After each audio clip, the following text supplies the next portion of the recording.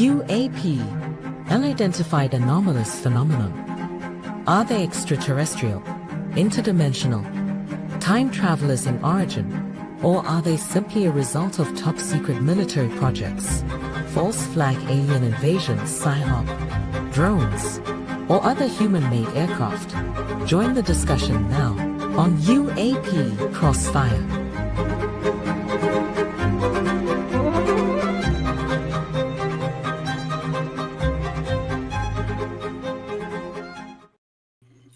Well, good evening and welcome to UAP Crossfire on KGRA DB Radio. Commander Cobra here. On the bottom of the screen, at least on my feed, showing you on the bottom of the screen with two of my three great co-hosts, Chris DiPerno and Dan the Padre Carlson. Chris is up in upstate New York. Dan the Padre is holding the fort out in the Dakotas, South Dakota. We have a great show. Don is not joining us tonight, unfortunately.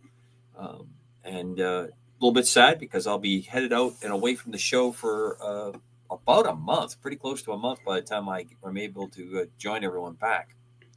But really appreciate the great audience interaction, support, emails, contact over the last few weeks. It's been a really good effort on the co-host part to get everything together. We've had some very interesting guests, and tonight we will open up this month with a really interesting set of guests, and also joining the pantheon of shows here at KGRA.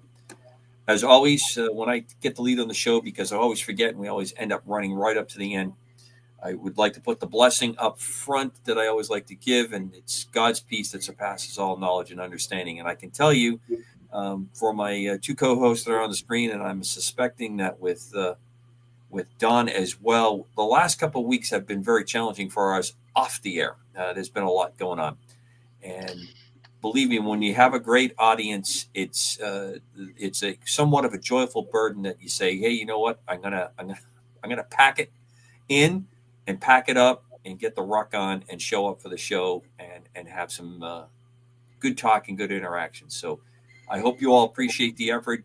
Sure feel that way from the emails and messages, and always feel free. And while I'm gone, I will attempt from the Kingdom of Saudi Arabia to join the show.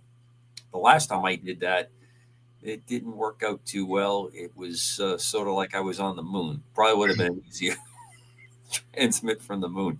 But I will attempt to dial in and cause some mayhem and trouble. I may not be able to last very long. But the time. You mean those great accommodations they give you don't have great Wi-Fi out there?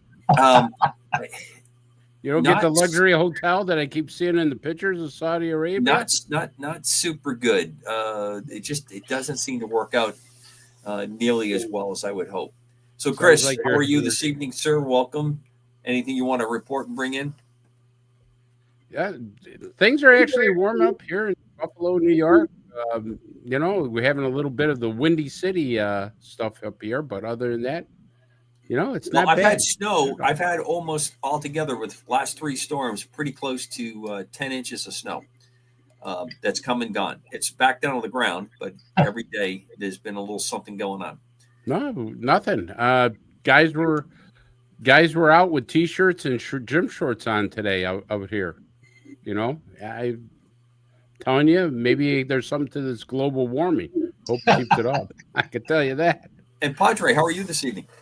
I'm doing pretty well. My voice is a little bit raspy. I guess I've been talking too much today already, but I'm looking forward to a great show tonight. I know we've got some excellent material coming up, so let's go. Absolutely. Well, let's bring our guests in, please. Well, welcome Jonathan Dover and Stanley Milford, two of the three of the posse that is on the Paranormal Rangers. We are very, very excited to welcome you in to the KGR show. I hear you guys are really kicking off pretty darn good, that things have been pretty exciting. I have actually caught you in the past on some of your other appearances that you have had on the multimedia spectrum out there with some interesting stuff. I think you do some great work. We do share a little bit in common. I was stationed both in Oklahoma and New Mexico and have worked extensively out of those two areas all the way into Nevada, into California. Some of my favorite part of the world is out where you guys are at. And in fact, my wife is headed for Arizona in a couple of days to visit some friends out there. So we do have some terrestrial connection. So welcome. And I think you have met everybody off air before we jumped on. You have one more part of the posse, Michelle Minor, right? She's not going to be able to join us tonight. Is that correct? Yeah, I believe so. She's traveling. She'll be at a conference in San Francisco this weekend, and Excellent. she'll be speaking over there.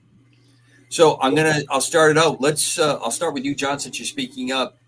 Let's get a quick little background for how you ended up where you are now. You have a very interesting career, and you emulate a couple friends of mine that have similar backgrounds that have ended up doing this kind of work that you're into. So what's your background? Well, in 1980, I blundered into law enforcement. Didn't know what a Navajo Ranger was, but I applied because I needed a job.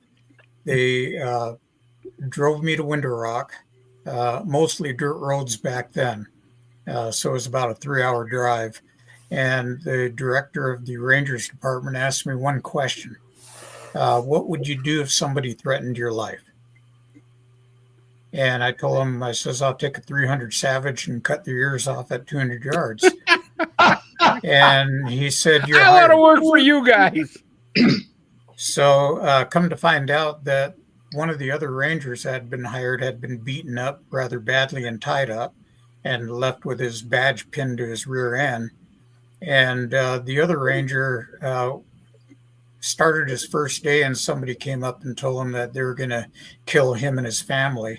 So he loaded up his truck with all his equipment and left it over by the chapter house and quit. So, and then after that, I got a memo says you're going to attend the police academy for 6 months, and if you don't graduate, you'll be terminated. So managed to stick it out, took all the awards, and I've been at it ever since. Worked with Navajo Rangers, City of Winslow, Arizona Police Department. I was the last ranger to be assigned to the National Park Service for 6 months, and as a law enforcement technician. And I built my own department with historic preservation, doing archaeological crimes for about 9 years. Amazing. So, and finished as a lieutenant, about 4,000 hours of training. And I hated to leave, but if I stayed, they would have had to fire 2 other Rangers, and I didn't feel that was right. So, Excellent. So after 31 years, I said goodbye. Well, I think that's a pretty fair time at the post. Stanley, how about yourself? What's your background? Are you able to hear me okay? Yeah, very well, sir. Okay, good deal. So I was accepted to the pre-med program at the University of Arizona, and I had started school there, and the director of the Navajo Nation Parks and Recreation section, he contacted me and he said, Stan, we're really needing a ranger for enforcement out of Monument Valley Park and some of the other park areas. He said, would you consider coming back and going to the police academy to become a Navajo Ranger? And you know, as a kid, I had always had a dream to be in law enforcement. And so at that moment the offer was made, I secretly knew that I was going to take him up on that offer, but I kind of played it off, and I said, well, that's a big move. I said, and I'm already, you know, I have a full ride scholarship and ready to go, you know, toward my degree and in the medical field. But so I said, I'll get back to you next week. And the following week, I did give him a call, and I said, yeah, I'll take you up on your offer. And I ended up leaving school there and went back to the Navajo Reservation, and they made the applications for the U.S. Indian Police Academy. Like John, I went to the U.S. Indian Police Academy in Artesia, New Mexico, the Federal Law Enforcement Training Center, or FLETC. I graduated at the top of my class and came back and was commissioned. They gave me a badge and a gun somehow, and that's what began my career there. And later on, very soon after that, John and I were assigned to what was called special projects, and we were working the command of our SWAT team for the Rangers, and doing dignitary protection and special investigations, and we were assigned to conduct these investigations of what people refer to as supernatural or paranormal. And so in doing so, that really spanned all of my career, because I went through from being a Ranger recruit to Ranger, and then Sergeant, and then at the very end of my career, I served 2.5 years about as the delegated chief ranger. So I kind of got to see all aspects of it. And then at the end of that, for about 1.5 years, I served as the senior investigator for the white collar crime unit under Department of Justice for Navajo Nations. And total of 30 something years with Navajo Nation. So here I am. I'm retired now as of Cinco de Mayo 2023. And I got a contract to write a book 2 months after I retired, and knocked that out in 8 months. Got the book published and came out on October 1st. And so I've been really promoting that book and traveling. Excellent. So, well, we'll definitely put a good spot on it during the show. Thank you. So, before I turn it over to my co-host, I have maybe 500,000 questions that I would love to dig in with you guys, but we don't have the time for all my questions tonight solely.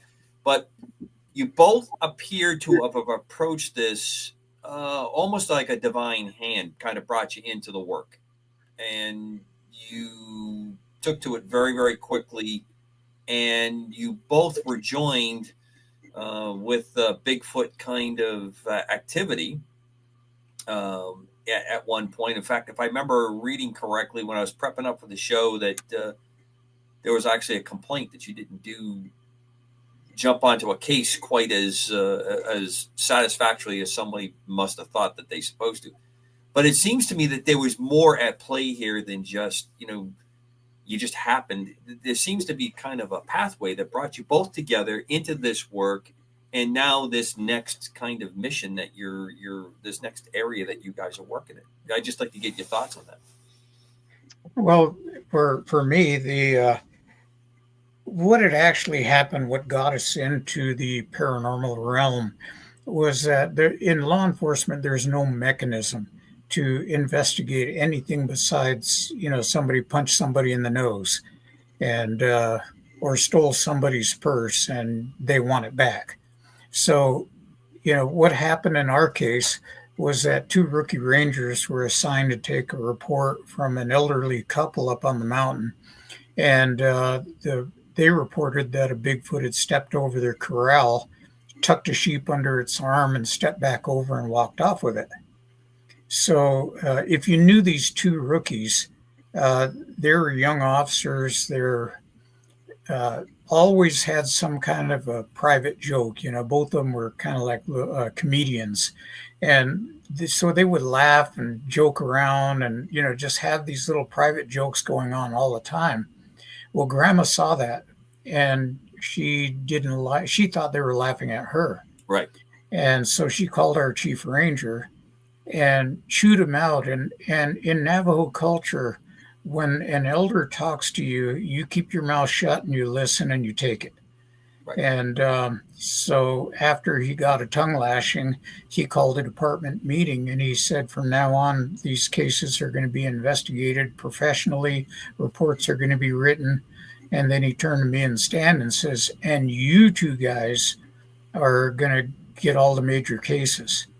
And we just looked at each other and realized at that point that we had been voluntold Right. that we were going to do this. And so we're both, going, wow, I guess we're going to be the X-Files now. Well, I'm glad you said it, because I never want to be insulting to say, but it obviously has a perfect X-Files ring to it. But Stan, let me ask you first. Did you have any interest in this kind of investigation before this was presented to you? I mean, did you have a abiding natural or personal interest? Growing up, I had a number of experiences that would fall under that umbrella of paranormal. My mother once owned an older home that had been renovated, and there was activity in the home that would definitely be considered spirit activity, plain and simple. And so there was growing up, there was things like that. When later during college, I was out on the reservation and I witnessed firsthand what Navajos referred to as a skinwalker or shapeshifter. Oh. And in doing that and seeing these kind of things with your own eyes, you realize there's more to life here on this planet and more to this universe. Or, later on, John and I determined that this idea of other dimensions, there's something to that. And but I had one really strong case that had to do with animal mutilations. It was 26 head of sheep that were mutilated, and they were slid open from their neck all the way to their groin in a really precise straight line.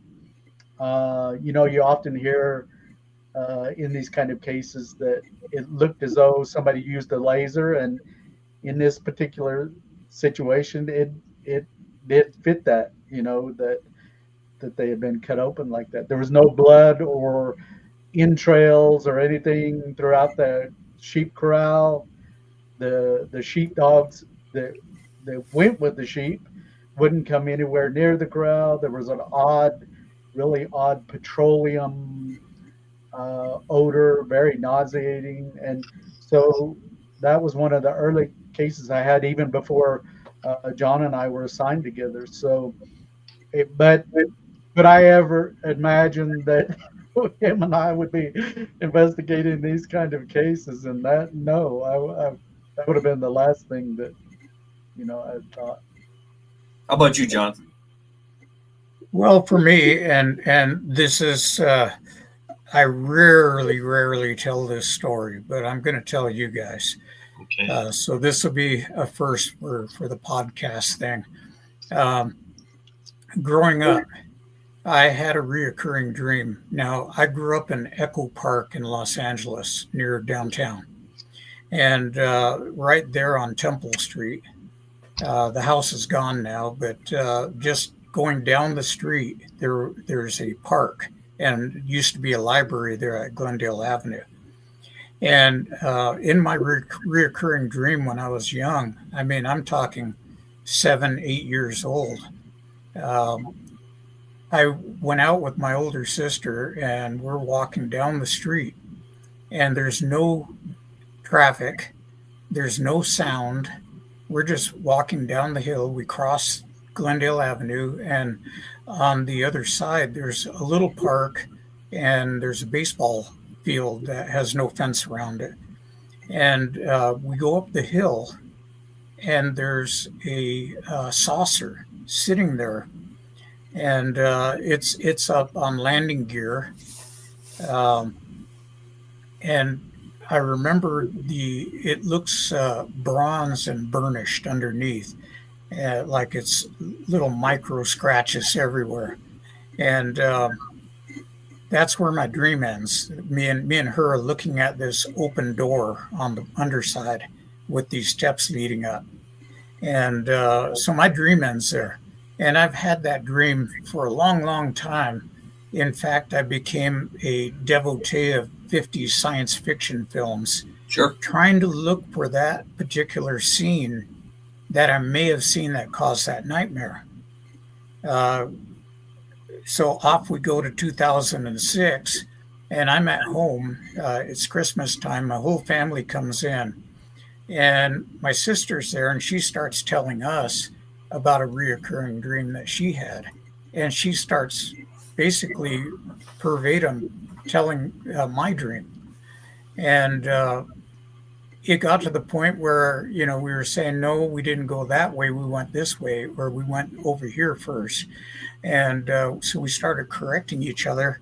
We get to the saucer, and I says, I remember the open door and I remember the steps. And my sister started laughing, and she says, oh no, she said, and I was about 7 years old then. She says, you ran right into that thing. And I don't remember that. So since then, I've looked up people that do regression hypnosis Sure. to find out exactly what happened. And at the time, I was still on a ranger's salary, which is not very much. And they told me, oh, yeah, we can do sessions. It'll take you, 6 or 7 sessions to get to the bottom of it. And you'll have to come to Los Angeles, $75 a half hour. And, I can't even afford one session at that price. Sure. I just said, forget it. Yeah, I can live with it. So ever since then, that was my first experience. Don't know what happened. I'd like to find out someday, but and then since then, I've always seen UFOs. I've seen cigars. I've seen discs, triangles, orbs, just you name it. That it's been out there. I've probably seen it, and it got to the point where I started having missing time incidences, and finally I got sick of it, and I got me a dash cam, and I haven't seen a UFO since I put the dash cam in, and I'm good with that. So yeah, there was an interest already. Well, Dan, let me turn it over to you. Good evening, gentlemen. Hello, Dan. Good evening. I'm a pastor up here in the Black Hills of South Dakota, and most of my interactions are with Lakota. I've written a couple of science fiction novels that lean heavily on Lakota lore, and I'm wondering, is there any intertribal overlap in terms of the myths and the legends, the kinds of paranormal things? So let's start there. Is there overlap among the Native American community? From my understanding, and like John had said earlier, that we have background working in archaeology, and you see some of these cultures that have existed in this country, long before our time, Fremont people and basket maker period, and but from my understanding is that, even like with the Hopi people and the Hopi Reservation, which is located within the boundary of the Navajo Nation, they're two completely distinct cultures, completely different peoples. Their religion and practices are completely independent of that of Navajo, and vice versa. And but I know John can speak more to some of the Plains tribes and how there is a kind of overlapping of parts of the culture and stuff. But when it comes to these things like the shape shifting, Navajos have their version of what's known as the skinwalker, and up north, you have the Wendigo and other tribes that have information and experiences about shape-shifting being. Where I grew up in Oklahoma as a kid, there was stories of shape-shifting and stuff, but it was quite a bit different from what I knew later on with the Navajo people. So I'm going to let John talk a little bit about it. Well, and what we've found out is that almost every tribe in the United States has some familiarity with star people that they say have come to them in the past and imparted knowledge. And we're trying to teach them how to live. And the Navajos have the same thing. They call them holy beings or holy people that came to them and told them that, you shouldn't be killing people, you shouldn't be stealing, just all the moral values. And so there's a big, long history of that. And then with the shape-shifting phenomenon, we literally see that all over the world. In Australia and Africa, Philippines, New Zealand, every continent has some version of it. And even amongst different tribes here, there are many different versions of that. So I guess to us, it's not unusual. And what's kind of funny, and we make the statement right up front, is that with Native Americans, we don't need the government to tell us that UFOs are here and, visiting us. We've always known that. And so it's really funny that everybody else is kind of waiting and going, okay, when are they going to admit it? When are they going to make an official statement that UFOs are real? I completely agree with you, Jonathan. You mentioned the star people and the shape shifting and how multiple cultures have that. I'm a pastor of a church up here in Belle Fourche, South Dakota. And, in the Bible, we have the story of fallen angels, sky people, if you will, who come and in the book of Enoch, they impart knowledge of various things to people.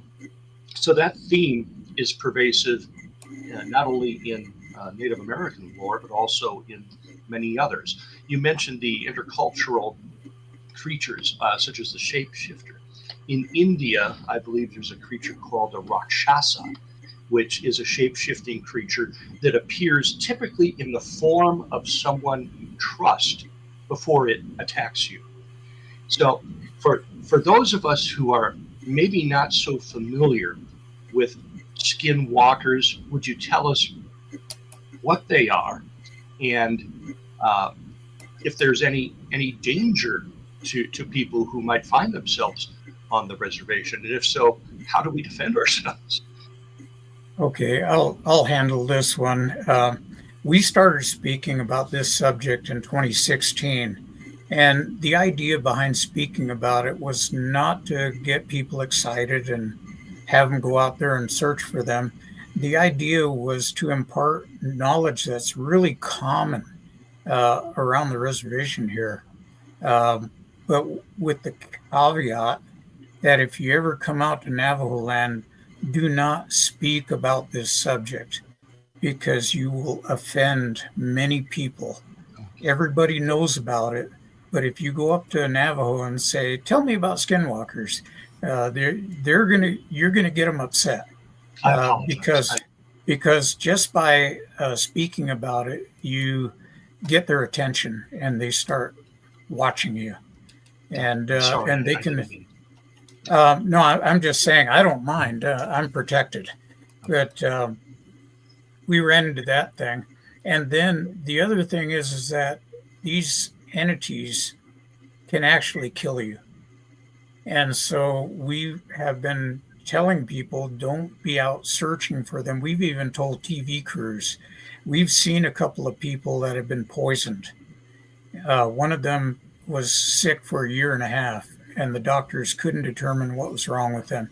The other one, our friend Haas Lohr, was poisoned by one, and his wife at the time, he was married, and a neighbor carried him out to the truck and put him in. He said he was diarrhea out one side, vomiting out the other, laying in a pool of sweat. And they took him to see a medicine man almost 100 miles away. And the medicine man told him if you had been another 2 hours, he would have died, and proceeded to do a ceremony for him and brought him out of it. So again, the doctors couldn't determine what was wrong with him. So we get very cautious. We will not take people out to look for them or point them in the direction or anything. And, and they can attach to you.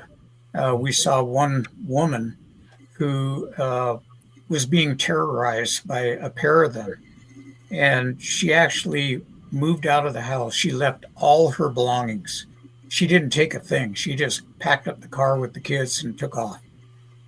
She moved to Phoenix, and those entities followed her there. She ended up moving to Colorado. And again, this thing followed her and just terrorized her and her family. And she was desperately asking us for assistance, which we did give her. And as a result, the tribe contacted her and wanted to talk about changing her home site lease to a different location, which is unprecedented. So, yeah, very, very serious stuff, very scary. If you don't know what you're doing, you can get in trouble, or somebody that goes with you can get in trouble. Jonathan, you remind me of a friend of mine who's done a lot of investigation in Key West, Florida, with, to put it bluntly, evil entities. And he's had a couple hard brushes, but the area that he got himself in trouble was he didn't go through the proper normal routine of preparing himself, putting himself into a spiritually guarded kind of state. In this case, I think he probably followed a more closely, I would say, Christian or near Christian kind of convention on that to protect himself when he was doing this kind of investigation and work. And it seems to me that both of you are speaking from a standpoint of things that you grew up with. So it seems like a family and a background kind of understanding and or tradition and experience that's there. But it seems that you also had to refine this in your adulthood. Is that a correct summation? Well, one of the things is that this phenomenon is interwoven into basically black witchcraft, and it's a component of that witchcraft, and they go hand in hand, and it's a very ancient process. It's not that a person has to believe in these things for them to appear to these people or affect them. I've had non-natives from Las Vegas witness one of these shape-shifting entities out on one of the long stretches of highway out there, and it occurred just out of the blue. They weren't dabbling in anything, or all of a sudden this thing is running by their vehicle at a highway speed, and the whole family witnessed it. It was very shocking. So it's, again, John and we give these kind of PSA messages that things like this, things like the Ouija board, these aren't things to be, played with for entertainment. It can be very deadly. It can be very serious stuff. So. Yeah, one of the things that we actually do is we do smudge or smoke ourselves. But if you look at Christianity, the Catholic Church does the same thing. Sure does. They have a person walking down the middle of the aisle with a urn, swinging it back and forth on a chain. Recently, scientifically, they found out that the smoke from the cedar, the juniper, or the sweetgrass has a antimicrobial function, that it actually kills microbes. And so it's actually is good for you. But one of the things that everybody gets wrong about it, they ask me, should I start smudging? And my response to most people is, if you are not native, go back in the history of your people and find out what they did traditionally to ward off evil. And that way it'll have a deeper sense for you when you use it. Sure. The most important thing that people get wrong, they go through the motions of smudging, but they don't have an intent that that's going to protect them. And the intent that you have is the most important thing. Just like in prayer, you're praying through Jesus, and you have to have an intent. Otherwise, you're just making utterings. And if you just talk, it doesn't do anything. You have to have the intent of what you're praying for or about. So that's what I found. I grew up in a church that would be more closely aligned with Southern Baptists, but it's independent. And the only thing that I really had an issue with, I've even been a deacon in the church, but the only thing I had an issue was that out of all the different cultures, Native Americans are the only culture where you have to throw away your culture to be a Christian. Mm. And we found that out. I actually went to a school studying theology for 2 years, and I asked that question a lot, and I was just told, well, that's just the way it is. Even up to 1917, we weren't even citizens of the United States. Yet 14,000 natives went to war in World War I. Right. So there is a disparity, and this goes along with this idea of assimilation that get the Indian out of the Indian and teach them how to hoard wealth and do all the other things that Anglo society demands, and create Anglos, and the reservations will eventually go away. And they found out that didn't work. It's a pretty heartbreaking thing for you to say, but it's an important thing the way you say it. And I'm glad to hear in the religious practices I'm involved in, there's a lot of introspective, straight up discussion about where man's interpretation went wrong with his fellow man on that. And Mrs. Cobra will be excited to hear that you don't think you should be messing around with a Ouija board. It's one of the funny things that is absolutely not allowed here anywhere near us. She does not. It's just something she would never want to have anything messing around with or anybody messing around with. Yeah. And we were told that the Ouija board is an unfiltered portal, and makes a lot of sense. And there's no guarantees what's going to come out of it.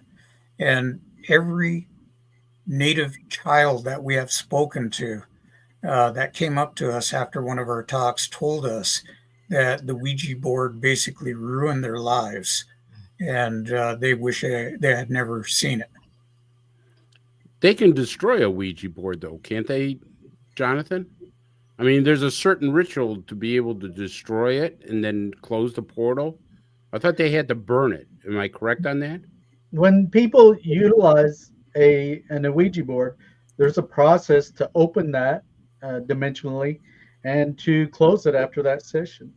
And there are people that can use that in a way like a tool to communicate, but it should be left to people that know how to do that. And again, these are being marketed, at the Toys R Us and Walmarts and, other places like that. I've seen some little pink versions of it, marketed toward little girls, and it should not be in the hands of little kids. I will say that. And I agree with you. I wouldn't let one in my house, and I wouldn't let my children play with it or my grandchildren. And that supernatural stuff is one of the most frightening things. First of all, I want to thank you both for your time in law enforcement and your service. I commend you both. I mean, especially where you guys are, because that old saying, one ranger. The Navajo Nation was extremely large. Am I correct on that? It was a vast 27,000 square miles. right, and you didn't have that many people to protect it, so you guys were on your own sometimes with no backup or anything. Right. And when we got called, I actually worked at a city called Syracuse that had a Indian reservation adjoined to the city. It was the Iroquois Nation, a city of the Onondaga tribe. I was very fascinated by them because we got to know some of the chiefs, because we were not allowed on the reservation unless we had chief's permission. We couldn't go arrest anybody there unless the chief gave us permission to enter into the reservation. So we got to know them, we talked and stuff. And it was amazing that there were certain things that they would not talk about. We of course, we'd, talk to them, have coffee with them and stuff. And then we say, geez, explain to me what your spiritual leader is or your medicine man. And they say, Chris, no disrespect, but we're not allowed to talk about that. We can't go into that area. And I was one time actually had to go to the Longhouse to talk, and I was briefed on how the Longhouse operates. And you were exactly right, Stan, when you said you do not interrupt an elder while they're talking, and you just sit there, keep your mouth shut. You don't interrupt until he sits down, and then you can stand up and say your piece. So it was very interesting to learn about that type of culture. But I'm just fascinated by you're doing archaeological crimes.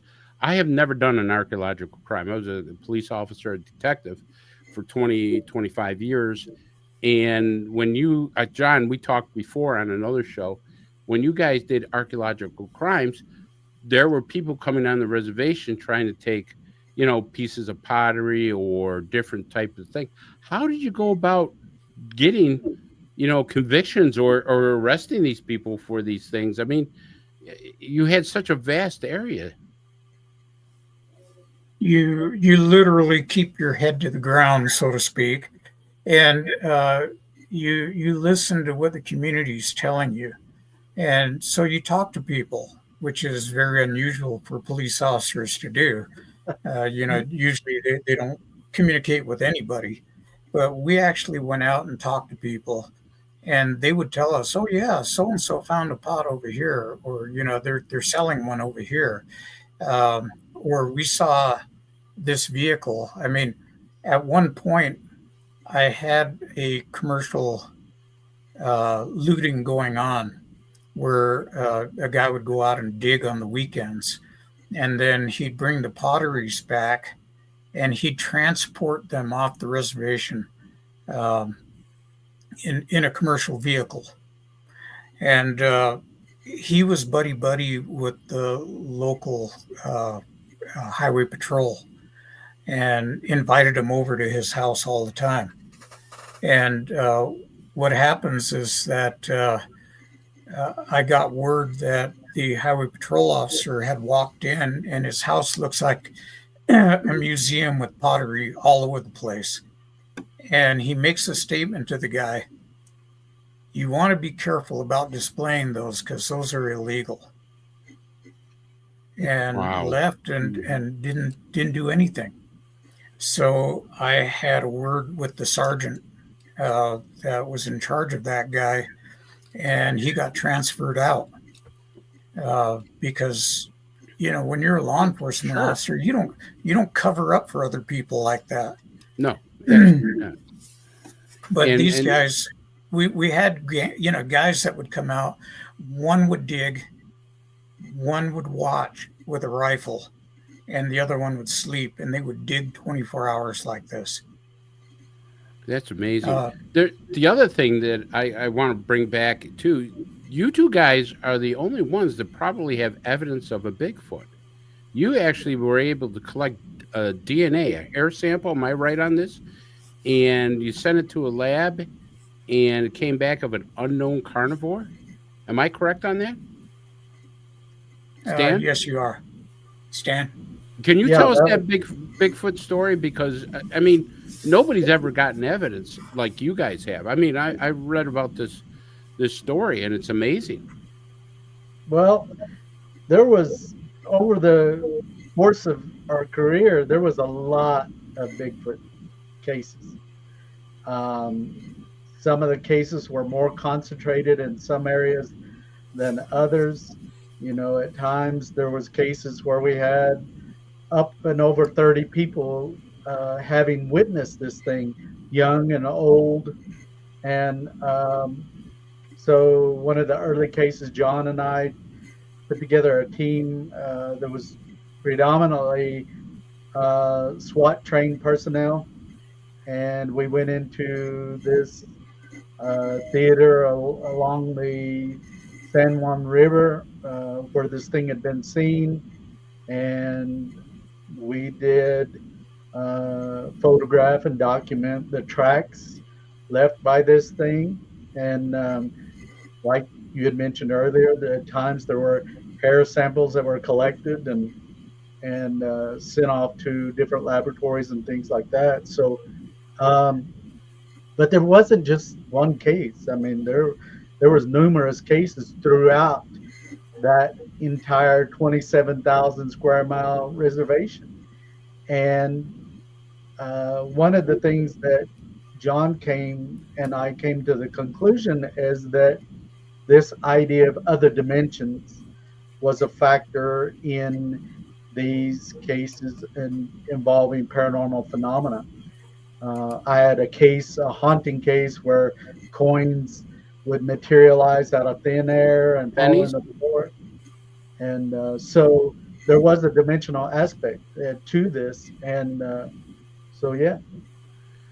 I got to tell you, if I saw pennies falling out of a portal, I'd be in that squad car doing 90 miles an hour the hell out of that place. I can tell you, I wouldn't even look in my rearview mirror. What's behind me don't count. I'd be out of there. But the amazing thing is that you guys have faced this stuff so many times where a regular police officer, I can tell you in the city, when we get a call about a UFO, lady, oh, there's a UFO in her back. I go back there and say, sorry, ma'am, there's no Martians in your backyard. See you later. Have a good day. Kind of a deal. There was no investigation into it. But you guys not only took this dead serious, you handled this like any type of criminal investigation and got results, which it's just amazing to me how professional that was of you guys. We both had different experiences in our lifetimes, enough to know that these phenomena were happening, that there was some truth behind these kind of things. So when it led to us actually conducting the investigations, we didn't take that approach where, we just thought this person is either under the influence of alcohol or narcotics or even some type of mental health disorder or emotional health disorder. We would take them seriously. And again, it's part of the culture. I mean, earlier John mentioned the disclosure. Everybody's sitting around waiting for the U.S. government to tell him that these things are real. John and I have witnessed these things on our own, and they do exist. We can't always explain the stuff, but it does happen. And we've seen the objects, and I think you guys have more credibility than some of the guys in Washington. So if you say they're real, I'm going to take it as real. Well, we we witnessed a lot of different things over the years that you can't explain or write off using conventional science. There's an element of spirituality that's involved in all of this stuff that science just right at the very beginning dismisses and don't even consider that. And that's their mistake, because Absolutely.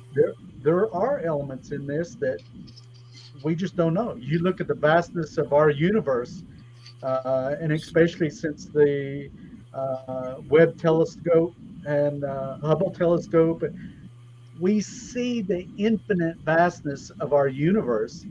And man is not the only species, out here. He's just not.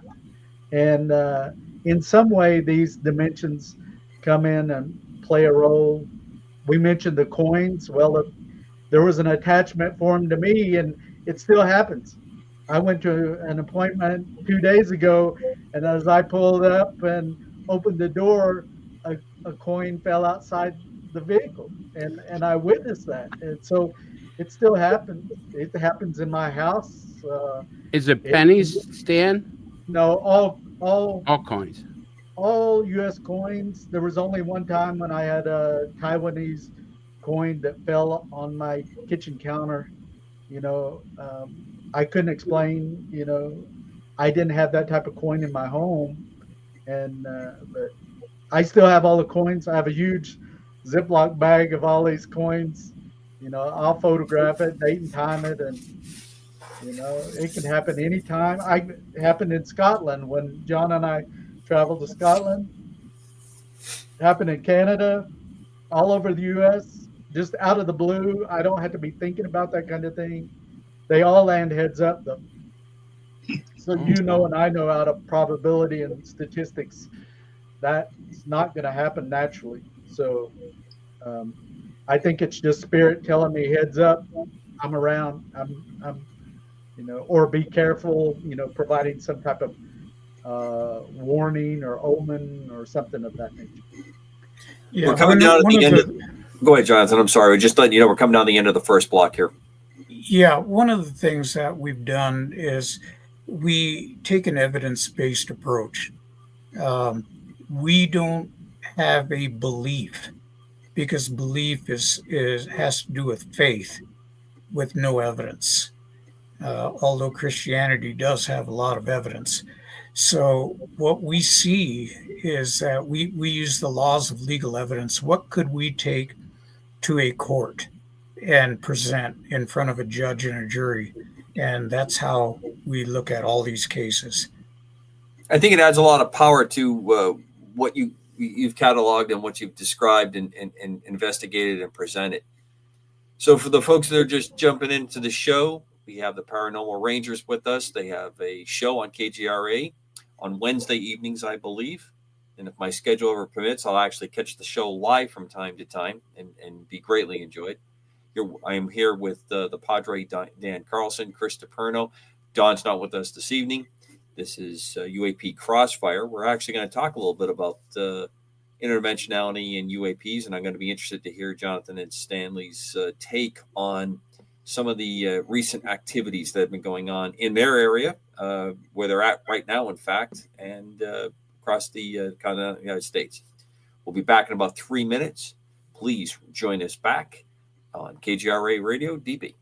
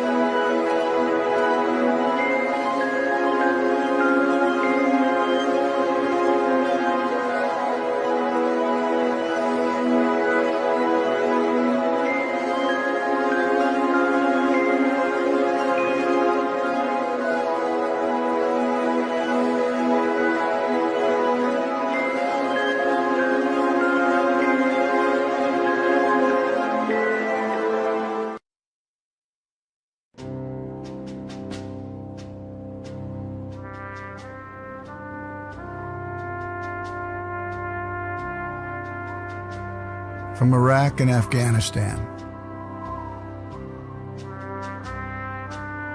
our brave warriors are coming home, wounded. Some with wounds you can see, some with wounds you can't see. Wounded Warrior Project was created to support our men and women coming off the battlefield.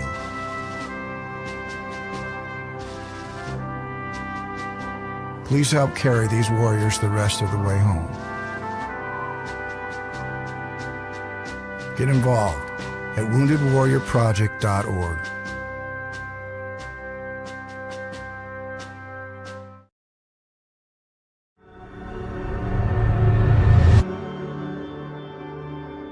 MUFON is the voice of thousands of like-minded people who want to see change.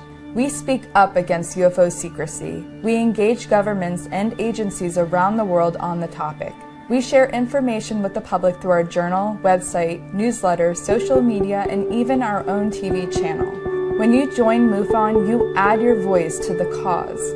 Few things are more important in our time than understanding the UFO question. Join MUFON. Find your friends.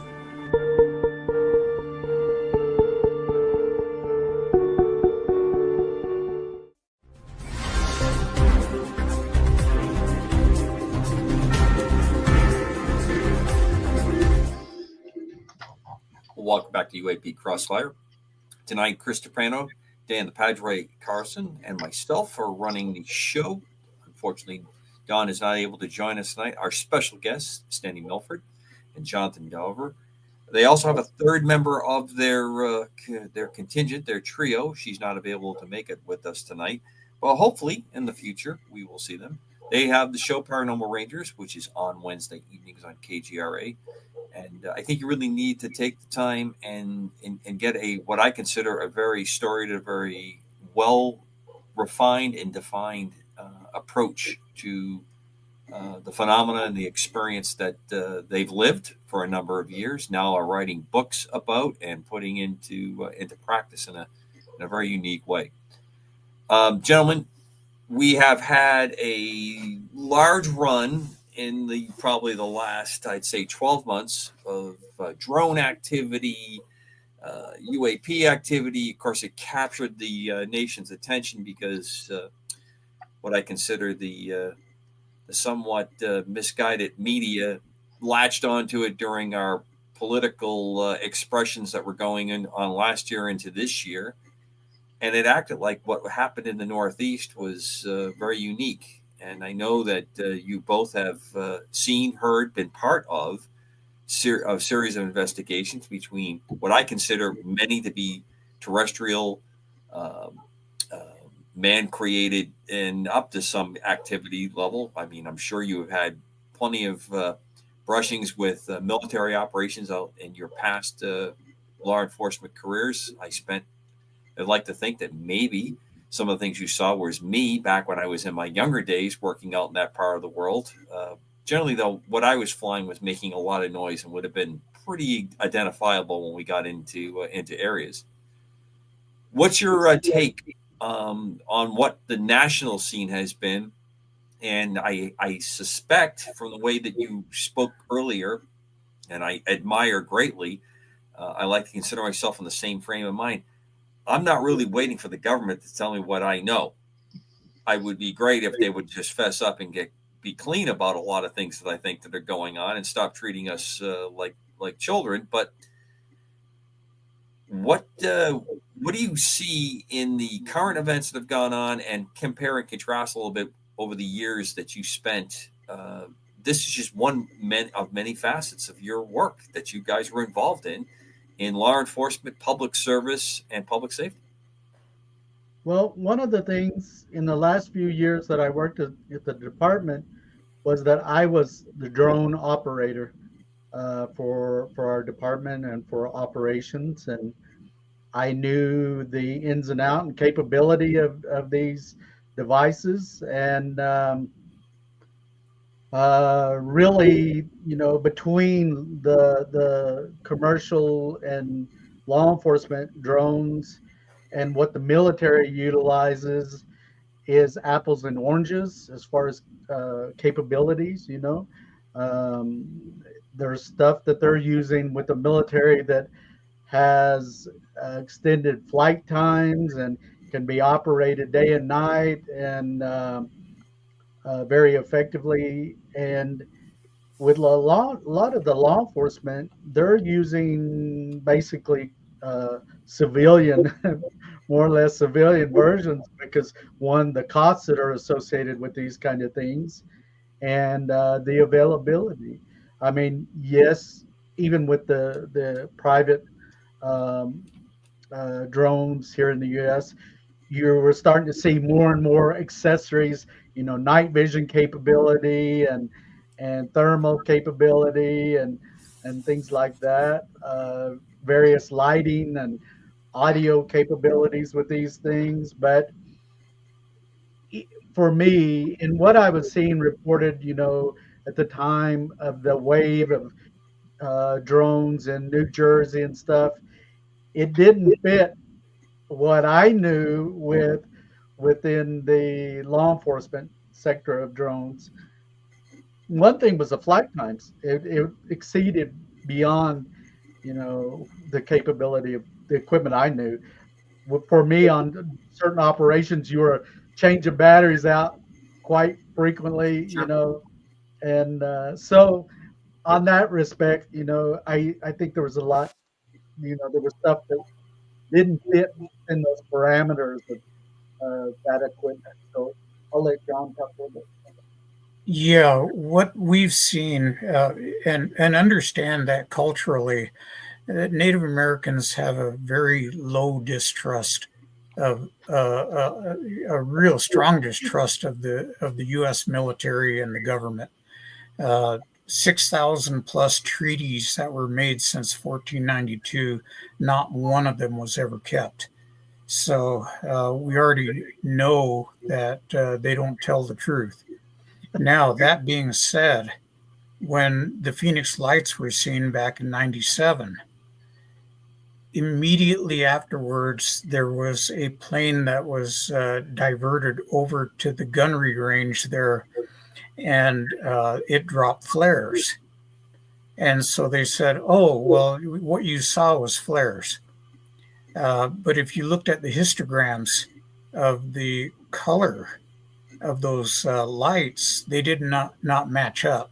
The flares actually had smoke trails behind them, and they descended at different speeds. When you see objects close up that don't make a sound, even a drone, there's a whisper of a sound from far away that you can hear.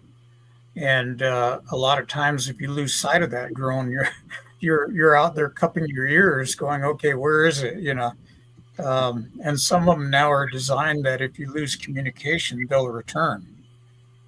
But I think that a lot of the stuff that we're seeing now are what I call false flag operations, where there is an anomalous phenomenon occurring, and the government sends out things to mimic it and tell people, okay, nothing to see here. Don't panic. Don't worry about it. We got everything under control. Even when they shot down the UAPs, that was a demonstration. Even though later on they found out many of these were weather balloons or just balloons of some sort, spy balloons. The idea behind shooting them down was, look, we can protect our space. And so we're shooting them down to protect you. So don't fear. And, when you think about this idea of extraterrestrials, alien, interdimensional people, we have been trained from a very early age to look at everything with the idea that these are BEMs, bug-eyed monsters, and they're here to take over our world. And every 50s and 60s science fiction movie has the same plot.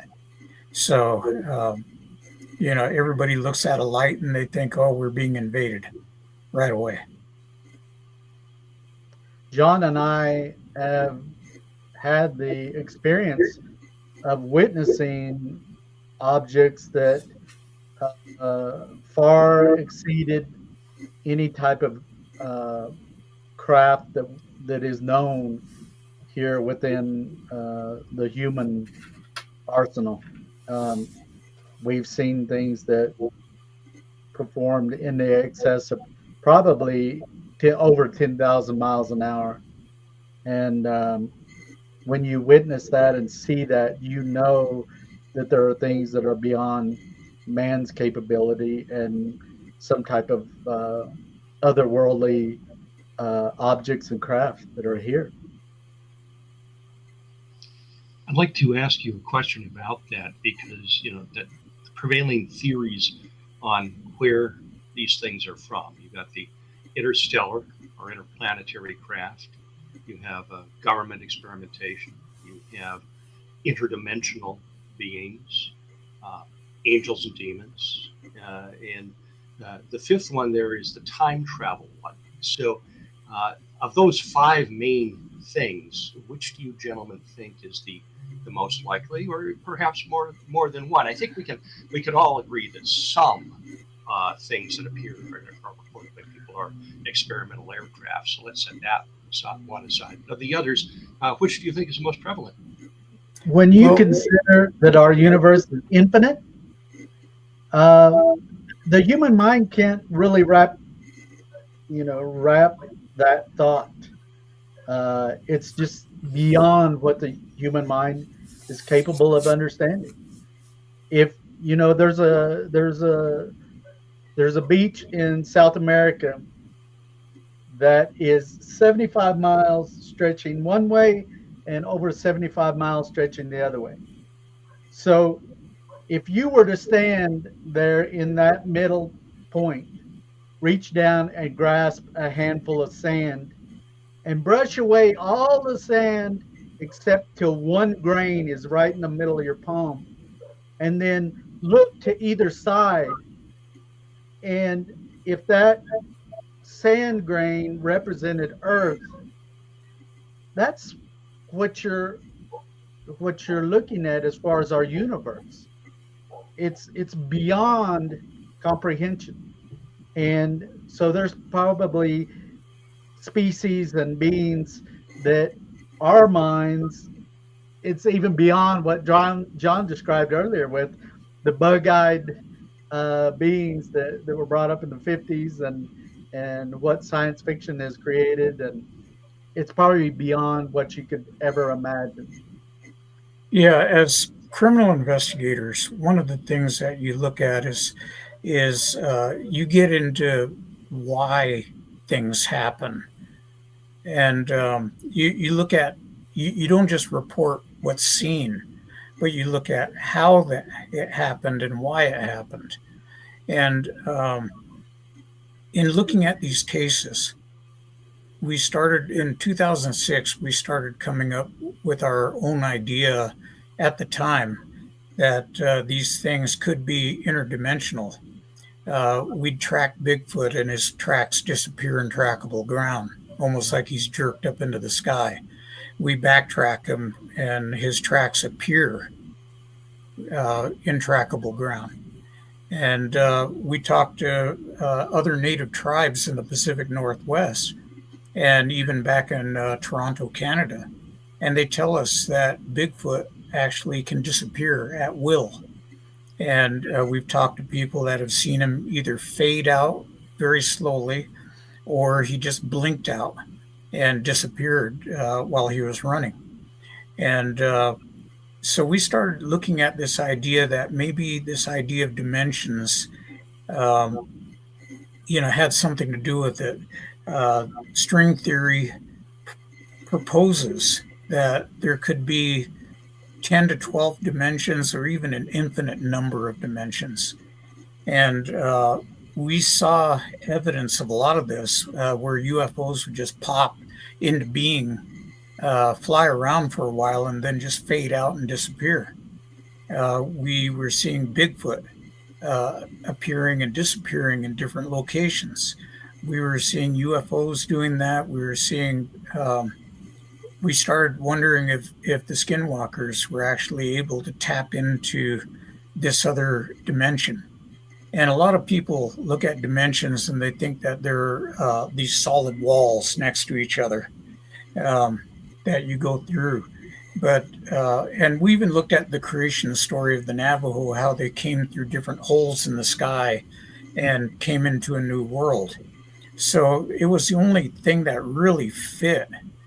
I personally believe that these dimensions are almost like a cloud that it goes together. And apparently sometimes these portals can open up randomly. And there are other places where these portals may be fixed in location. And so we started saying that that might be the answer to what we're seeing, is that these things, even the coins that were appearing, ported through a dimensional gate. And then we have the Hadron Collider, the large collider that did an experiment to open a dimensional gate and send a message through, which I've always thought was a bad idea. Because in the military, they always say never draw fire on your own position. So, that being said, we've got a multi-billion-dollar facility trying to open a dimensional gate. So it kind of stands to reason that this stuff could be interdimensional in some way. Angels and demons, again, you're putting that into a construct of religion.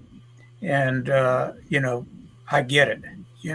I've studied the doctrine of demons and the doctrine of angels and all that different stuff. So, I know all about that. I actually prefer to use the term positive energy and negative energy because it describes the same thing, but it gets people's attention more, and it doesn't have the religious overtones that can, as you know, when you start talking about religion, immediately people put up the guard and say, I don't want to hear it. And so this is just our method of getting the information out in a way that's palatable for everybody to receive it. I'd like to follow up question to that. You say you see the tracks, trackable ground. They appear and they disappear, which would imply portal existence or the opening of doorways to other dimensions. Do you think that, getting back to what you said initially in your answer, to look for why these happens, do you think this activity is intentional, or are these haphazard random openings where things intersect? And to that end, there are about 500,000 cases of people in the US disappearing without a trace every year. Have you investigated cases of people disappearing without a trace and then reappearing and saying where they've been? We have not, but we both had long discussions with David Pilates on his Missing 411 theories, and his latest film is Missing 411, the UFO Connection. And we talked extensively about this idea of dimensional gates. They had a gentleman that disappeared up in Mesa Verde. They had a massive search for him. They couldn't find him. The next day, all the Rangers were somewhere else, and somebody went over there and they heard somebody crying for help from down in one of the ruin areas. And they notified the staff, and they got all the Rangers back over there, and they searched that area again, but they couldn't find anything. So, there is the possibility that these dimensional gates do open up. A military contingent actually went into Chaco Canyon back in 1977, I believe. And they were up the canyon from Chaco Canyon by several miles. And at 1 o'clock in the morning, they saw a rippling in the star field, like if you had thrown a stone into the water and the ripples just went out. And they said that thing lasted for a good 10 minutes. And the participants later said that they felt they were looking at a dimensional gate that had opened. Now, the Navajos, when they talk about coming through several different worlds, in two of those worlds, they came through a hole in the sky. And in one, they actually had to put some kind of a construct up to climb through. And they ended up in this world that they call the Shining World. So, the spiral design is known to be a sign of migration. And you see that all over the United States with different tribes using these spiral symbols. And we're thinking that migration through dimensional gates might just be something that is just a different interpretation of migration. Gentlemen, I like to. I'm sorry. Go ahead. No, okay, gentlemen, I'd like to ask you something that you had talked about. First of all, I want to say that trying to open a portal is a testament to the stupidity of man if you don't know what you're doing. So, I mean, let's face it, you don't want to open up something unless you know what's on the other side. But that being said, have you guys ever, I will tell you, very rarely do I talk about this, but I had a murder case where I was interviewing the suspect. And as the suspect, he denied, and we were going back and forth talking. And then all of a sudden, his whole demeanor changed. And I tell you to this day, as he was confessing, his eyes turned black. And they found me dry heaving in the bathroom because I thought, oh my God, I mean, I've never seen anything like that. Have you guys ever faced something that you said, this is pure evil here? I mean, you talked about skinwalkers and different things, but I mean, on holy ground there, which I consider the reservation, you must have faced something that you said, man, oh man, I'm in the thick of it now. For me, during my college years, I witnessed one of these shapeshifters or skinwalkers on the Navajo reservation. And what I witnessed was what appeared very similar to a modern day greyhound, but this was the back of it was much taller. It was running on all fours. It was white in color from head to toe. It kept up with me at highway speed. And so its eyes were as though they were self-illuminated, like when you go to the movie theater and you have these orange exit signs up above the doors. That's the color of this thing's eyes, and it was within 2 feet of the passenger side of the car I was driving. This thing had a long snout. It had a mouthful of teeth and jagged, sharpened teeth. And for me, in that instance, that was what I recognized about this thing, was that it was evil, that it was the epitome of negative energy, and it wanted to do me harm. Yeah, but Stanley, how do you face that? I mean, you're looking at that straight up, and right. How do you deal with that?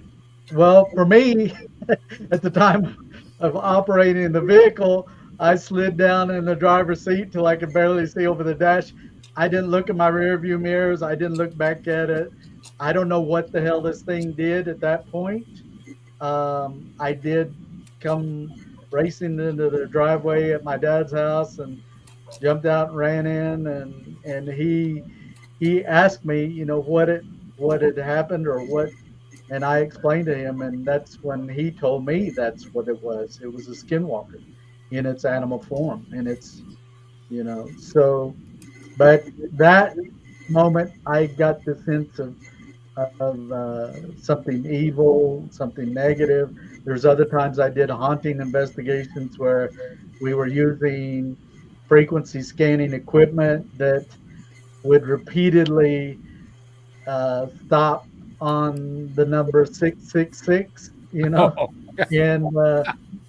repeatedly, and it's scanning thousands of frequencies, within a few seconds, and it would stop and lock on that number. And so there were times that I got that sense that there was this connection to what people refer to as evil, or something of that nature. John, what about you? Well, I've investigated more than my fair share of homicides, when I was at Winslow, and I've seen some people that, yeah, you look at them and you think, They're wow, possessed. you know, I really yeah, thought this guy was. that would be the word. And recently I ran into a situation where somebody looked like they were having a seizure, and but the seizure went on for over a half hour, and and we got the feeling later. We talked amongst ourselves that that person may have been possessed by a demon, or something negative, to actually have that happen.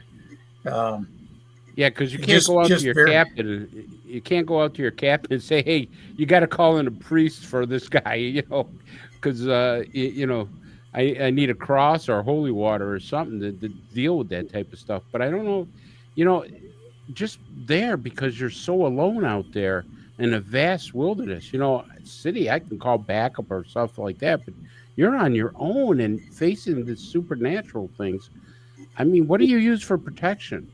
I mean, as far as that goes, there's some ritual. Marianne Robb, who's a friend of yours and a friend of mine, said that every time she went on the reservation, there was some ritual that you had to perform with her or something to protect her. yeah First we and we foremost, John and I have always had an extremely strong spirituality and faith in the Creator, and so I mean, even as a child, so a lot of that over the years, any of these things that were where there was a dangerous, or potential for danger or hazards, a lot of times, John and I would simply, working SWAT. I mean, there's times we're being shot at, Oh but yeah, you just stay focused on your training and on the mission that you have, and you put your safety and your spirituality in the hands of your Creator, and he can handle all of that stuff, whether it's demonic or, I mean, if you look at the movie The Exorcist, that's based on an actual case, yeah. a real case that these uh, clergy dealt with, in dealing with a little child. And so I think we see more demonic possession than, what is accepted. These mass shootings. Um, I think a lot of that stuff is simply demonic possession, because afterward people will say, he was the nicest person all his life, and he never did this or that, or she didn't, and all of a sudden, whether they have somehow opened up something, whether through a Ouija board or other things, other means to become possessed. Um, I don't know. John? So, Oh, I'm go sorry. ahead, John, please. yeah we there's so much. One of the things that we do not do is we don't respond to anything with fear. When you respond with fear, that's an emotion, and that emotion can cause you to miss things that you might want to observe and record. So, we've actually had producers ask us, well, can you, if we film you, can you act like you're scared? You know, and we told them it's not in our book. We don't do that. And if you went on an investigation with us, it'd probably be pretty boring. We do protect ourselves. We pray. We smudge. Um, we there are certain medicines that we take, like bitter medicine and lightning struck tree medicine, to help with all that. But we always have an intent about protecting ourselves. And so if your heart and mind isn't in the right place, you can get yourself in trouble. And we walk into these situations a lot of times it looks like we're fearless, but afterwards we'll finish and we'll walk away and go, wow, you know, um, I don't know how I made it through that. But we do the job, because if we don't do it, nobody else will. And we're there to actually, I know it's unusual in police work, but we're actually there to help people. And I know in today's world that's kind of a misnomer. That doesn't happen all the time. But that was our purpose, was to help people and listen to them and let them know somebody cared out there. In the archaeological enforcement, you were in the environment where, there's human remains within these ruin sites, and you're going into that, doing your work, investigation and things. And we were taught, you can go into those places, but you have to have the utmost respect of those individuals that have come and gone, that have lived there, children and elderly and people of all ages, but you go into it with respect. And that's where a lot of people run into problems, even with these haunting investigations. They go into it haphazardly or looking for a ghost experience. Yeah, provoking. And for all the wrong reasons. I mean, you're asking for trouble by doing that, Well, I mean, you present a lot of information that people would say is entertainment. People watch this program tonight, yours, from an entertainment point, and that's wonderful. If that's, I don't mean it in the negative sense that generates, but there's a lot of that is negatively based, because it has no service to your fellow man, has no service to a greater cause, an ultimate being. And I think that's where you both rapidly have separated yourselves from many people. I mean, the story itself is good enough without the Hollywood. If you're following along with my conjecture here, that's where we get ourselves into a lot of trouble. How many times have you read based on a true story? Right. And when you talk to someone, a lot of this falls under the entertainment umbrella. But say again. Sorry, Stan. Say again. A lot of this stuff that deals with paranormal, supernatural, and these investigations, it is by default being placed under the entertainment umbrella. But John and I didn't get into this stuff to be entertainers, and we got in this to share the information, really from a public service standpoint, that this stuff does happen. It's not always make believe. It's not always hoaxing and faking. And again, John and I have witnessed things with our own eyes. The coins, I've seen these damn coins materialize with my own eyes repeatedly, fall out of thin air. Well, those coins had to come from somewhere. They had to originate from a starting point to fall in the floor or wherever. Sure. And so, when we talk about dimensions, that's what fits. My basis of my remarks are this. If maybe I can capture it. You are telling a truth. You're telling an experience. You've investigated other people's experiences that obviously led to some kind of trouble. And it's not presented, it's presented very neutrally, very openly, that here you go. And it's there for the person to study, think about, accept, or walk away from. I mean, that's really what it comes down to. I mean, I think what compels a lot of people with a lot of interest is that, you're not easily, either one of you are not easily shakeable, and you're consistent. You just don't, this is what's happened. This is what we're doing now. And I think that's what's really kind of refreshing on the part. Now, last week, and it would be great to put you in the room with who I'm going to mention. Stan Gordon was on our show, a longtime friend of myself, Chris, as well as Don Ecker, and has recently become a friend of the Padre. He has had probably one of the longest careers of investigating the UFO, primarily that phenomena, in Western Pennsylvania, West Virginia. That's where he's from. He's done it for many, many years, had a network of people. And one of the things, he has a very similar conclusion and experience with interdimensionality being kind of the fabric that explains a lot of the things, or at least ties a lot of the things together, that makes it somewhat cognitively, you're able to at least analyze it and come up with some kind of process that's happening. So it'd be really fun to have you all in the room together and just poke you with some questions. But he has had numerous Bigfoot, Yeti things occur around the same time that UFO activity is reported, or UAP type activity is reported.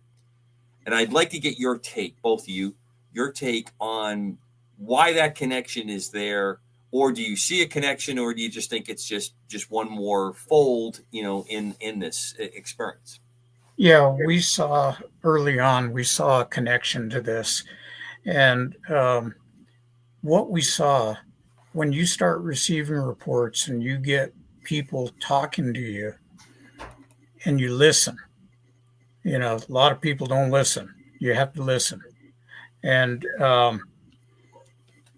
what we started seeing was correlations when there were more UFO reports being given to us. We saw a correlation that there was more Bigfoot reports coming out, and vice versa. And so we just noted that there were flaps of UFO activity. Sometimes there'd be nothing, and then all of a sudden it would pop up and you'd see more and more of it. We even had one case where a UFO was circling a location, and little aliens were running around the ground, and a Bigfoot showed up with them. So, there's all kinds of stuff that goes on, but we definitely saw some links. How do they interact? And how? So you've got the smaller aliens, and then you've got a Bigfoot that runs into the scene.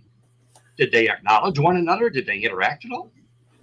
The people said that the little aliens, they look like little demons or little monsters, about maybe 2.5, 3 feet tall. They were running all over the place, over the roofs and everything else. And they said the Bigfoot showed up at the door and started pushing on it. And I can only imagine this Hollywood scene with the door, bulging out. But they said that they could sense that it was pushing on the front door, trying to get in. And then one of the family there opened up with a rifle and started shooting. And they said that he said later on that he had hit one of them. And so yeah, there's that was the only case where we really saw both together. But other than that, we just saw the correlation in reports being made. One of the things that, over the course of years I investigated, I myself could not follow this idea that these things were inhabiting our forests, like mountain lions and bears and cougars, bobcats. There just wasn't the evidence of that. At times, John and I, on different operations, were living in the woods for weeks at a time, and but we didn't see that evidence of that. I know there's some researchers that they propose that these things are they're migratory, and but given what we currently have with the capabilities with satellite imagery and stuff like that, we would have clear evidence that these things are living in the woods, and it's not there. I tend to think that these things are more like a drone, that they are being placed here by other entities in our environment for whatever reason, either to collect data and information while they're here on this planet. Uh, they're built like almost always described built like a tank. You know, if you put this thing anywhere where here on Earth, whether it's out here in Arizona or up in the Himalayas, or it could survive that, and even to the point of fending off even probably the largest bear, it could actually defend itself. Whereas if you had a little gray alien that was running around out here where I live right now, these little gray aliens would probably freeze to death overnight, and if they were exposed in the environment. So I tend to follow that line of thought that they're being placed here for whatever reason and then withdrawn back to wherever they were, whether it's a craft or dimensional gate or whatever. I got to jump in and say this is an ode to Bill Skywatcher, our producer. Many years back, this one of our previous shows here, and other times we spoke. This seems to me, and you two are probably the best I will have as a source to cite this. There was a $6 million man. Please hang with me. I know this is going to sound silly when I first bring it up, but in this episode of the $6 million man, he engages and he meets aliens, and the aliens use for their gathering of information and interaction outside their ship, or however it was set up. I forgot the exact setup. The Sasquatch, Bigfoot mythology that they had learned from native people, and that's what they were using. Now, in this particular iteration, it wasn't a living, breathing entity. It was a robotic, well, as you said, Stan, a drone, but done in a terrestrial type presentation of some kind of an entity. And right. I remember one time I brought this up before, and Bill actually threw the pitch. He knew where I was going with this years back, but it does. You touched upon, because I spent a lot of time doing reconnaissance work. That was one of the things I spent a lot of time in the military, tactically doing in this world of ISR. And the technology we have now, I may not have seen you walking along, let's say, a pipeline, but I'll find your footprints. Yeah. And then once I know I have that activity, I can set up enough things from aircraft, let alone what I can drop onto the ground, just to give me the general pattern of what's happening. And then when you have that, we have the technology now without even going close up to it. You can start to figure out physical size, the weight of how you press things down in that. And that can be done very far remote away.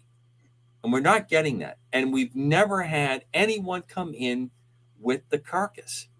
I mean, people find things all the time. They find skeletal remains of animals, even as rapidly as things break down. We don't have those kinds of activities.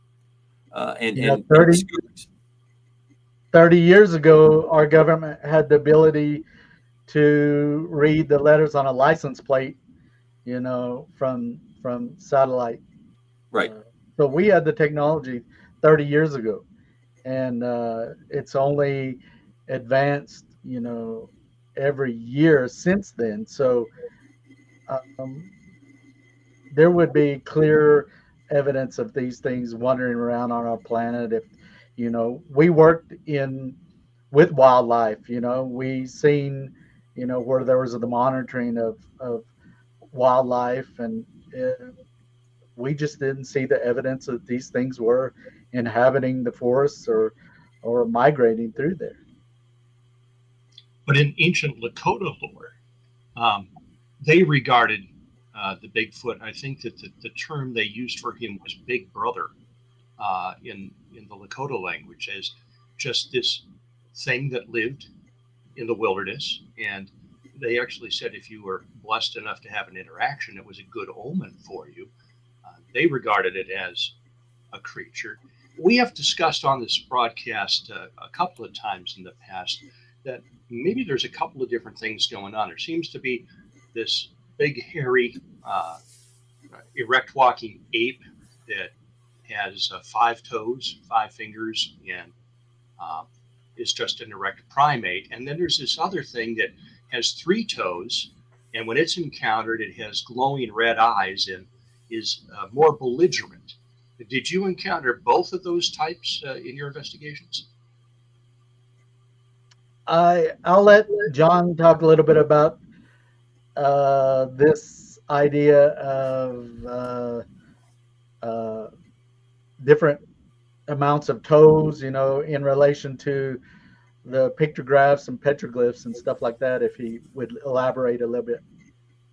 Yeah, in archaeological work, I've had the opportunity to go to literally hundreds, if not thousands, of petroglyph and pictograph sites.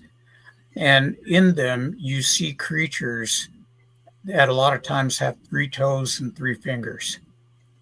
And you see that, when you look at these carvings in the rock where they're pecked out, it takes a lot of effort to do this. It's not just, take a power tool and go and draw a picture.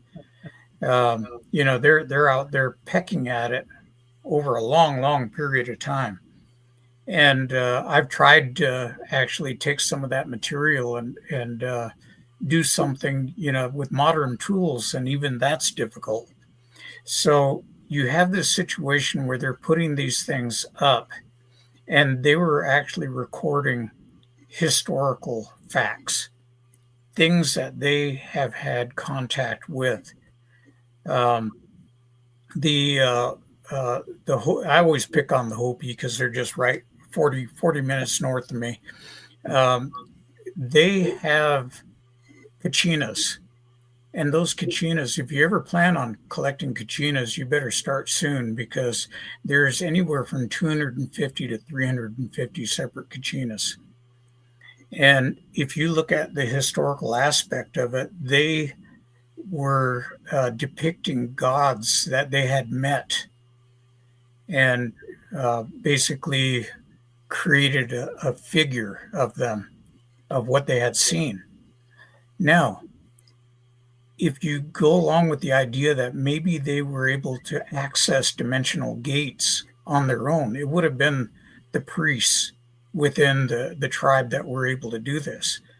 And, if you had 1,000 years to explore infinite number of dimensions, you might come back with 250 to 350 separate entities that you looked at. Now, when the Spanish came, one of the first things they did was that they killed off all the religious leaders belonging to the tribe. That's just something they did. And then they destroyed the kivas, and they built the Catholic Church right over the top of it, where it used to be, as a way of saying our God is so great that he defeated your religion. And so I think this information was lost. I actually had the opportunity to talk to Travis up there at Skinwalker Ranch. And I mentioned to him that I asked him if he was familiar with Nikola Tesla. And I love doing the imitation of him. He says, well, I did my thesis on Nikola Tesla. And, he actually recreated some of his experiments. And so I told him 369 theory that Tesla used. He said that if you knew the secrets of the numbers 3, 6, and 9, you could do anything. And he said that, 3 represents energy, 6 represents frequency, 9 represents vibration. And so I told them up there, I says, you guys have energy. You don't know what it is. You think it's a battery, but I think it's a capacitor, that it can store energy and then under certain circumstances release it suddenly and people get injured. I says, you have frequency, the 1.6 gigahertz that you keep seeing. I says, but you don't have the vibration or the amplitude of that frequency. And so if you had the vibration, you might be able to open that gate. And they did some experiments with it, and some really unique things popped out while they were doing these experiments. And so anyway, they like to say that I came up with that idea, but that was Tesla's idea. Wow. He was so enamored with those numbers that he would not stay. His room had to be divisible, the number of his room. He would get to work in New York and walk around a New York City block 3 times before he entered the building. And, I look at that and think, wow, So, and all this time we haven't seen anything that turns, we're always looking for answers. And if we find a better answer, then we're going to head that direction. But we haven't seen anything yet that tells us that we're on the wrong course with this idea of dimensions. Arizona has some amazing UFO cases down there. I remember a case I was briefed on. It was either on the reservation or just toward the reservation where orbs. Now, apparently, orbs are very famous down in Arizona. There's a lot of orb sightings down there. And this one orb was following this car. And they tried to get away from it, but the orb was following it. But here's the amazing thing. Somehow or another, the car, after they, the next day, the one side of the car where the orb was stationed on, following it, was all magnetized. The complete side of the car was magnetized. And were you guys part of this investigation? Because I think somebody took a sample of the oil from within the car, and the oil was altered. You're that shaking your head, Stan, so I'm on the right course. You guys investigated this, right? Well, I did, John. That particular case, she was followed by this orb, and it flew along the side of her vehicle. And we were in contact with Chuck Modlin, who was a STAR team member for MUFON. Mm-hmm. And he was a physicist, had worked in Sandia and Lawrence Livermore and White Sands. And he told me, he says, walk around the car with a compass and see if there's any magnetic anomalies. Well, there were 2 of them. One was just behind the driver's door, and the other one was in front of the passenger door on the fender. And if you drew a line between those 2, it went right through the driver. The analysis of the oil, he said to pull the oil filter, so we did, and it got sent into a lab. And it came out with a high level of sodium nitrite. And they said sodium nitrite is not a normal part of the oil composition. The oil filter or the Right. oil itself. And they couldn't account. That particular car started having problems. Alternator went out, the water pump went out, the battery died, the computer was having problems, and it got taken back in and traded under the Lemon Law. So was there an animal interdimensional lemon law, I guess. Yeah. How do you explain that lemon law that a UFO caused this? All they said was, I'm having problems with it, too many problems with this car, and that was that. So, was there a rabbit involved with this, John? Yeah, the Yeah, a giant rabbit, right? right. The story as portrayed in the TV show doesn't show that. But when the young lady got home, she pulled up to where she parks, and there was a 3.5 to 4 foot tall rabbit sitting, like you would see a cat sitting up. And she said that the ears were together and they were back on the head, angled and straight back. And she said it had black eyes. It didn't blink. Um, it was almost like a brown and black peppered color. So these colors, I mean, this girl knows the difference between a jackrabbit and a cottontail. Yeah. And so Especially she a just sat 4-foot there, and the first thing she utters is, "Oh, I'm on to you, rabbit."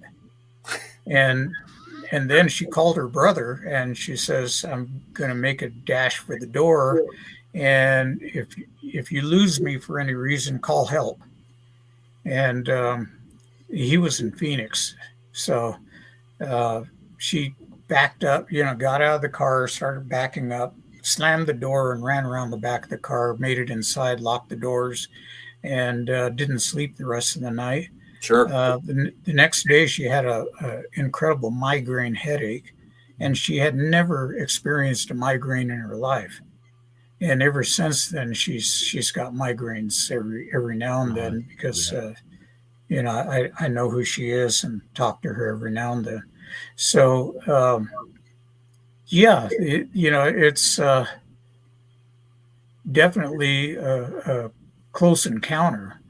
And there was actual physical evidence that rabbit had been there because the ground, which is hard caliche clay that's dried and baked, it's almost like ceramic.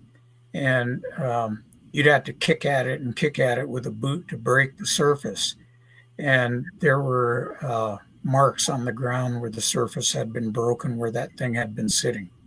But were there any rabbit droppings? Because, I mean, you got to know that when a rabbit is in an area, it's going to leave droppings. Were there any of those? A 4-foot rabbit, Padre? Yeah, There's going to be a big dump. There were no droppings, but what the STAR team told me was that this could have been what they classify as a screenshot memory. Right. That sense. What you're seeing is so terrifying that if you actually saw it for what it was, you would be screaming. And so they put something in your mind and give you a screenshot of something that is not going to hurt you. It could be an owl, it could be a deer, it could be a large butterfly, anything like that, as opposed to what you're actually seeing. I got to jump in, gentlemen, because we're at the end of the show, because it's always a good show when we fly right up to the last minute. Your description reminds me of a description that a Native American in this part of New England explained to me is the basis for spirit animal being revealed to you if you get into the proper state. So we have to pick it up on the next time we're together, because we can't just do this once. We didn't scratch the surface. Jonathan Dover, who has a book, he's working on a book coming out. Stanley Milford, who has a book out on his Paranormal Ranger experiences, and I hear he's working on a second one. Our two guests are also part of a trio that is on Wednesday nights in KGRA, the Paranormal Rangers. Thank you very much, gentlemen. And to Dan and to Chris and to Don, who didn't make it out tonight, Godspeed and everything that you guys do. And wish me luck. And I'll try to talk to you from the desert when I head out there for the work. But it was great working with you all tonight. Thank you so much. It was a real pleasure. And I look forward to chatting with you. Okay. Thank you, Bill. Greatest audience on the planet. Thank you.